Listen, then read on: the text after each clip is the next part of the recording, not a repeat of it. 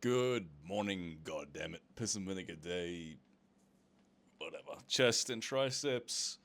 Don't know what happened today with this recording, but as you can see, it's like all weird and framed weird. So what happened is after I recorded it, it was like sped up like two times, and the audio recording was gone. So whatever. It was a good recording. I had some good tidbits, and I had a huge piece of news that I wanted to announce. But I'm not going to announce that just yet, actually. I'm going to announce that maybe in a few days. There's a few big old fucking giant piece of news for me to talk about. But I'll do that in a few days. But yeah, that's why this looks weird. It looks like a one of those 1920s frame by frame movies, silent films. Maybe I should have just made it that rather than talking over this shit. But anyway, what do I want to talk to you about today? Something I'm noticing lately is kind of creating like in fitness online media. There's like schisms all the time. There's like low volume versus high intensity training. That becomes a trend, and that goes out of date. And then the next trend is like bro science versus science, and it's typically sparked by the larger channels, and then it becomes the topic of contention from all the channels. And when it comes to exercise and being real scientific about it, I'm starting to go more on the side of science. But you can't take science exactly for its face value. There is still something to be said for bro science, because uh, it isn't until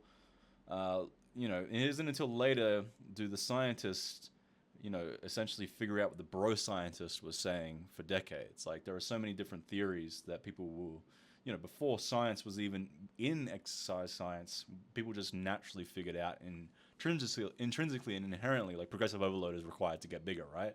That's what we knew for, decades. And then at some point, someone published a peer-reviewed paper that shows that you have to gain weight over time in order to gain muscle over time.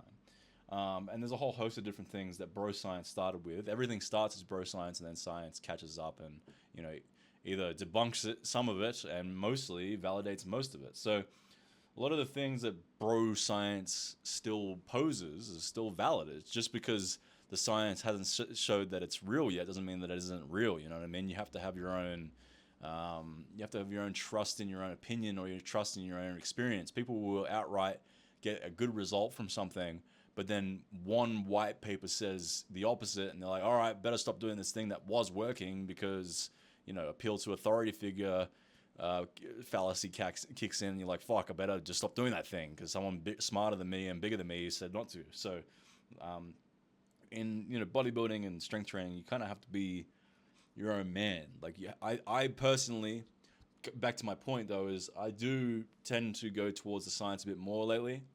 I'll try to use as much